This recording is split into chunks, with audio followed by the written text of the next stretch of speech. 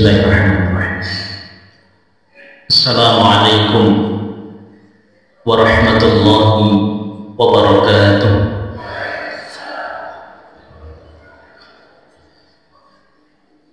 Innal hamdalillah nahmaduhu wa nasta'inuhu wa nastaghfiruh wa na'udzu billahi min shururi anfusina wa min sayyiati a'malina. Man yahdihillahu fala mudilla lahu wa man yudlilhu fala hadiya lahu. Asyhadu an la ilaha illallah wahdahu la syarika lahu wa asyhadu anna Muhammadan 'abduhu wa rasuluhu la nabiyya wa la rasula ba'dahu. Allahumma shalli wa sallim wa barik 'ala nabiyyina Muhammadin wa 'ala alihi wa ashabihi wa man tabi'ahum bi ihsanin ila yaumil qiyamah. Qala ta'ala mudzakiran bidzalik.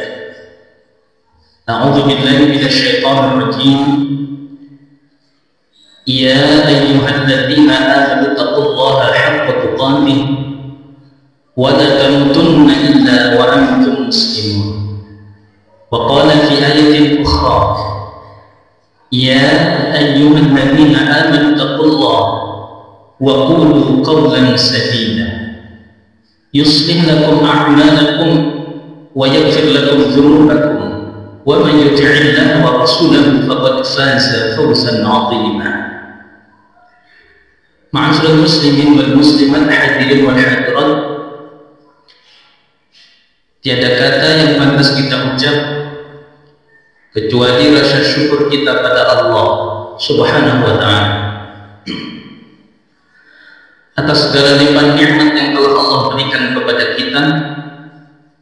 Utamanya dan khususnya ialah nikmat yang tidak bisa dibeli dengan uang seberapapun, tak bisa diganti dengan harta sebanyak apapun. Artinya yang kaya belum tentu bisa membeli dengan hartanya, pun yang miskin belum tentu tak mendapatkan kemelahatannya. Nikmat apa?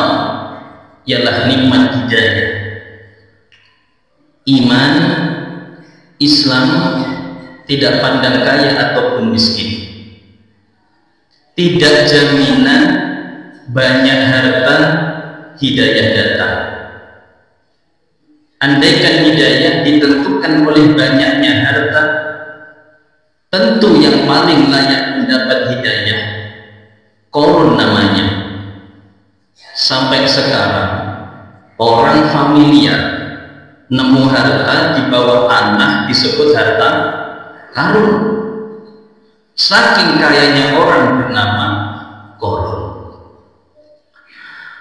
Pangkat jabatan tidak menjamin hidayah datang ke seseorang. Andaikan hidayah ditentukan oleh tingginya jabatan, tentu yang paling layak mendapat hidayah Fir'aun namanya. Namun sejarah membuktikan jamaah, Qarun semakin kaya, semakin jauh dari hidayah. Fir'aun semakin berkuasa, semakin jauh dari Allah. Betul? Pasti setiap kita yang hadir tidak ada satupun yang ingin menjadi Qarun ataupun menjadi Fir'aun. Ya, betul? Ya. Kalaupun disuruh memilih Pak, nomor satu, kaya dekat dengan Allah. Nomor dua, melarat jauh dari Allah. Pilih pundi Bu? Loh kok bunyi? Satu atau dua? Semoga Allah kabulkan. Doa sing apik-apik ngono.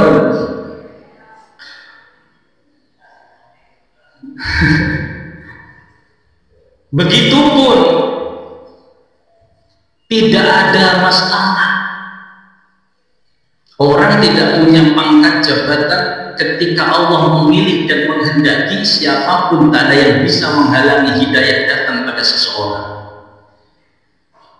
Terbukti dalam sejarah, sahabat Rasulullah bernama Bilal bin Rabah.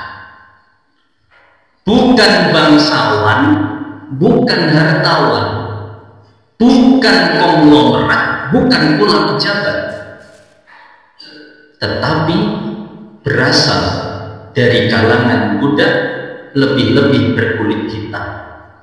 Kebanyakan manusia pada saat itu merendahkan dan meremehkan. Di mana-mana ketemu orang menjadi cacian dan bulian.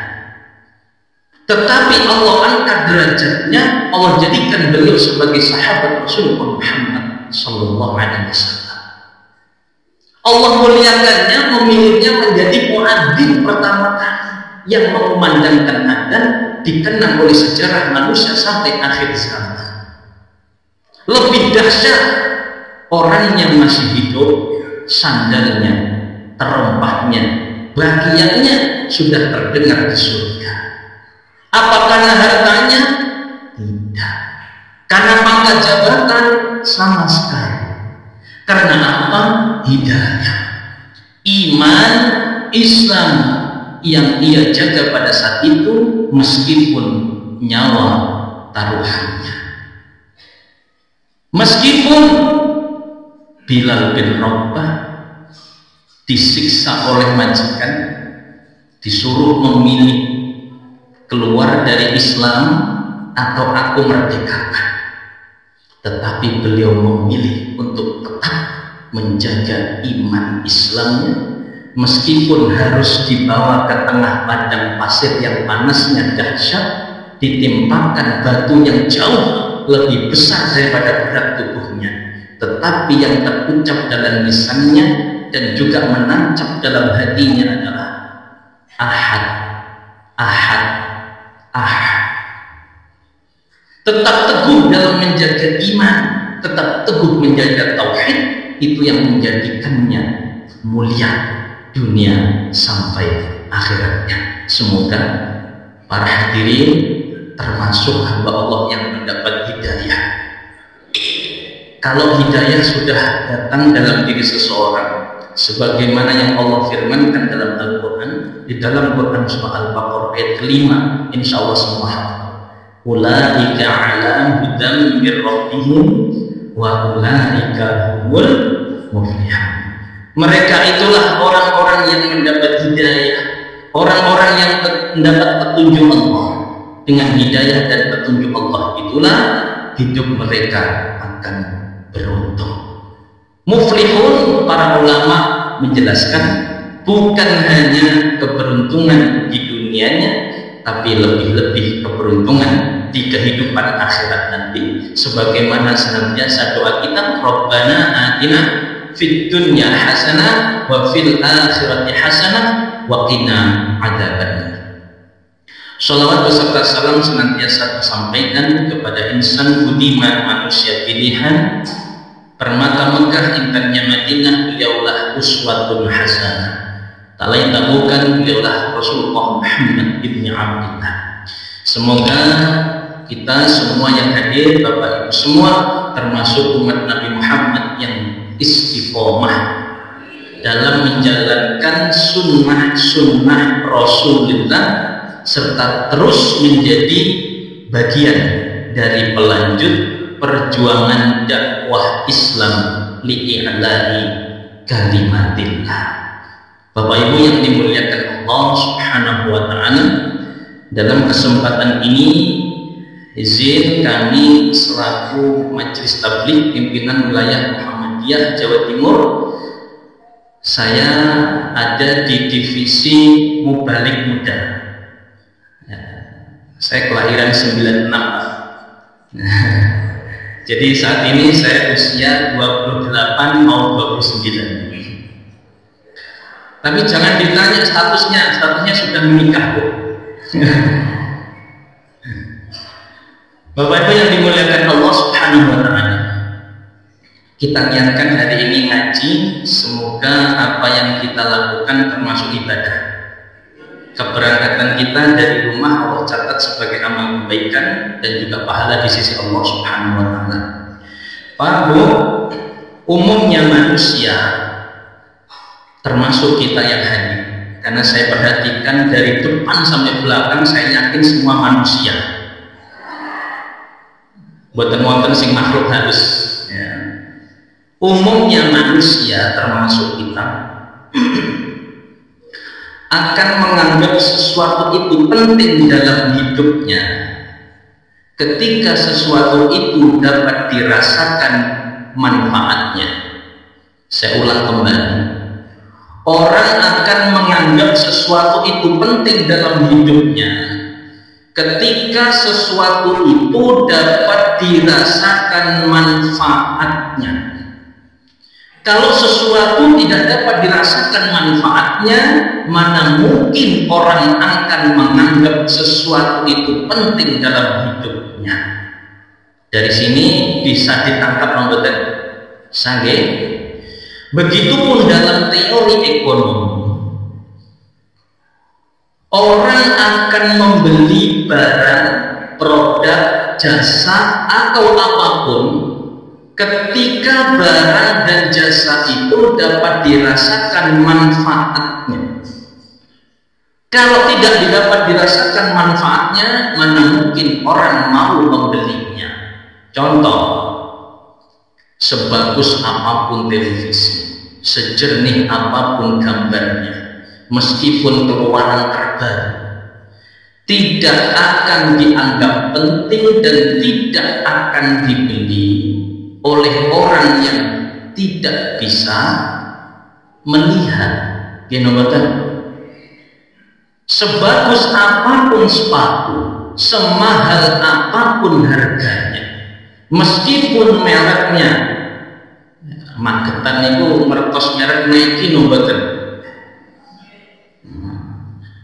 tidak akan dianggap penting dan tidak akan dibeli oleh orang yang tidak memiliki kaki. Kenapa? Karena tidak bisa dirasakan manfaat dari barang-barang tersebut. Orang tidak menganggap itu penting karena tidak bisa merasakan manfaatnya.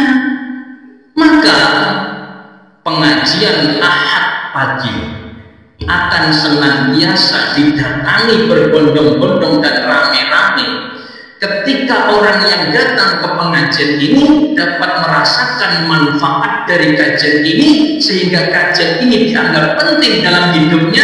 Kalau nggak datang pengajian, ada yang kurang dalam hidupnya. Gitu betul? Mau tempat agar ini dianggap penting, maka pengajian harus mendatangkan manfaat, sehingga orang kalau merasa ada manfaat, orang akan menganggap itu penting dan pasti berbondong-bondong akan datang untuk menghadiri pengajian tersebut. Sebaliknya, kalau tidak dapat dirasakan manfaatnya, mana mungkin orang akan menganggap sesuatu itu penting dalam hidupnya.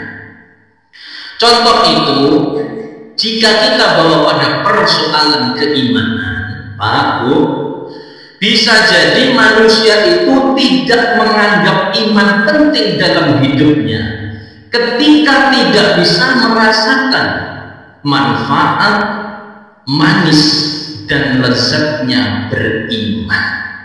Saya ulang kembali, orang bisa menganggap iman tidak penting dalam hidupnya ketika tidak bisa merasakan manfaat manis dan lezatnya beriman.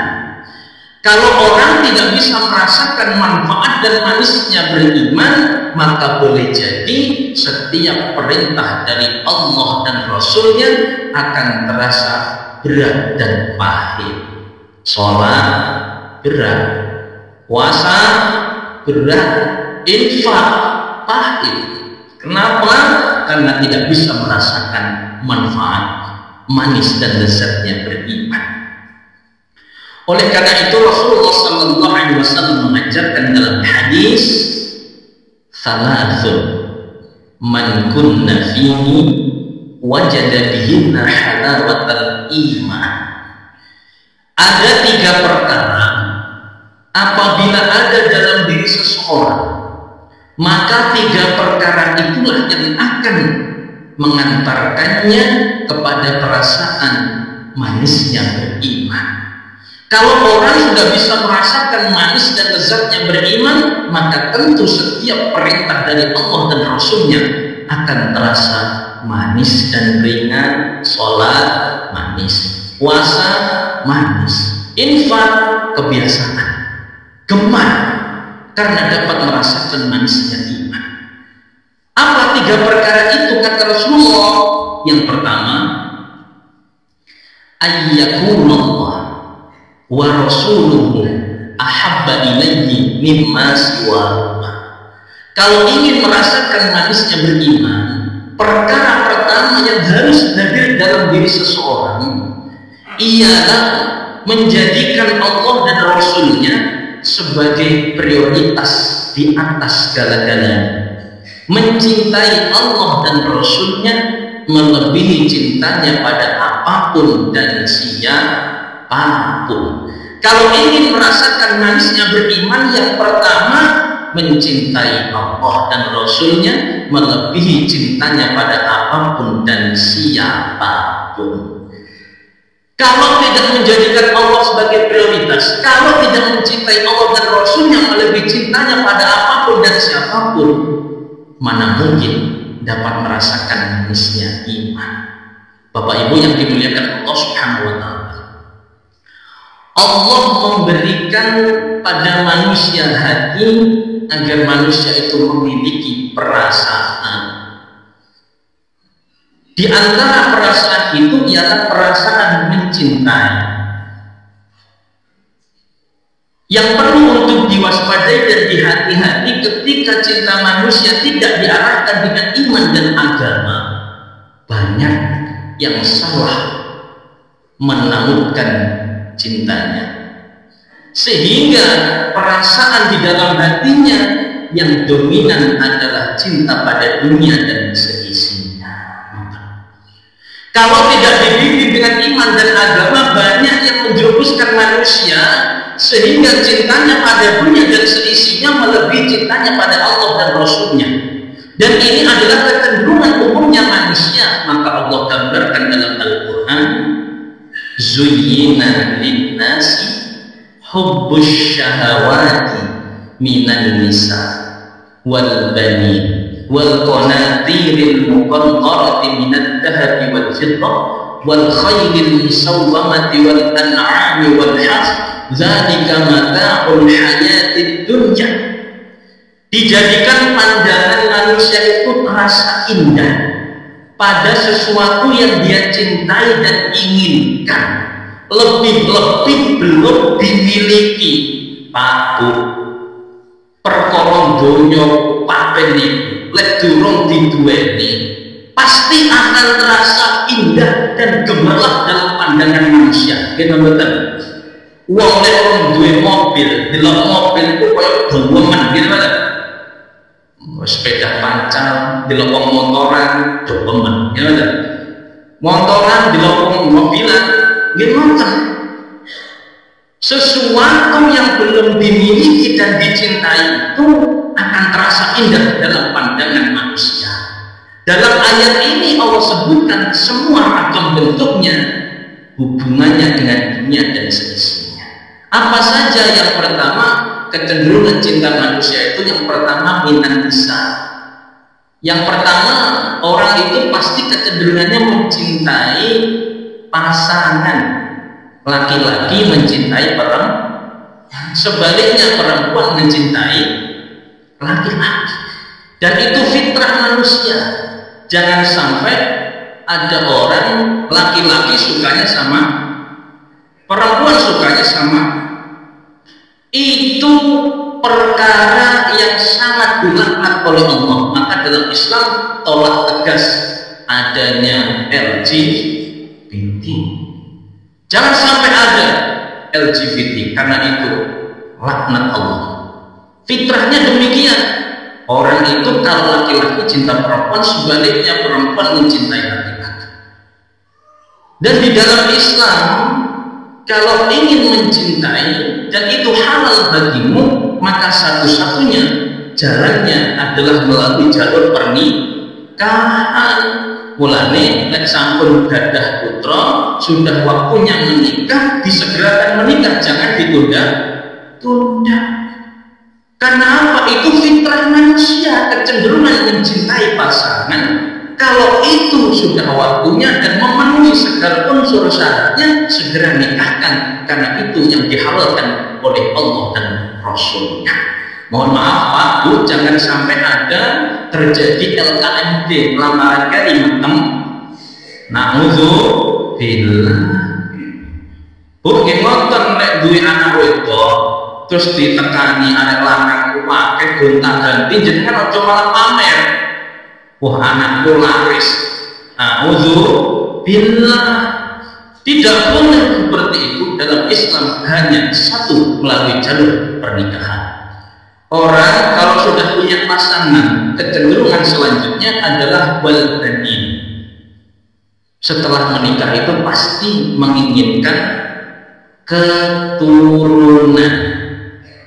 Orang kalau menikah, salah satu tujuannya adalah agar memiliki keturunan.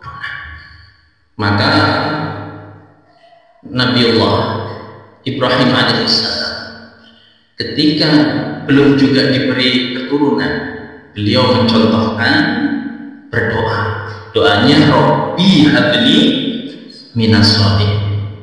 Pak Bu yang masih usia muda belum diberi keturunan, maka contohlah Nabi Ibrahim alaihissalam, mencontoh doanya Rabbi habli minas sholihin. Kalau orang sudah punya anak keturunan, kecenderungan cinta selanjutnya adalah wal qanatiril muqantarati minad dhahabi wal fiddah. Orang itu selanjutnya cenderung cinta kepada harta benda bondo dunia. Disebutkan secara spesifik, bentuknya adalah minad dhahabi wal fiddah, bentuknya emas dan perak. Orang itu senang kalau bisa menumpuk dan mengumpulkan harta bentuknya emas dan perak. Hakul yakin sejak zaman dulu sampai akhir zaman, orang itu kalau dihadapkan dengan emas itu mesti senang. Apa mana ibu-ibu, semakin banyak emasnya, semakin lebar senyumnya. Gini Bu, hakul yakin betul itu. Pak, panjenengan kalau melihat istri kok rada cemberut, sampai rajane toko emas, sumringah. Loh, semua kesalahan panjenengan koyo wis diampuni kabeh. Karena kecenderungannya memang mencintai emas khususnya. Dan secara ekonomi, kebetulan saya fokus pada ekonomi Islam sejak S1 dan S2 saya konsentrasi ekonomi Islam. Emas itu merupakan harta yang sifatnya aman, disebut dengan safety. Apapun keadaan ekonomi, emas itu akan tetap berdiri tegak, tidak mungkin mengalami inflasi. Beda dengan uang kertas. Kalau uang kertas itu terus mengalami inflasi. Apalagi kalau gejala dan keadaan ekonomi yang tidak menentu seperti sekarang ini, banyak peperangan, keadaan ekonomi tidak stabil, maka emas harganya gila-gilaan.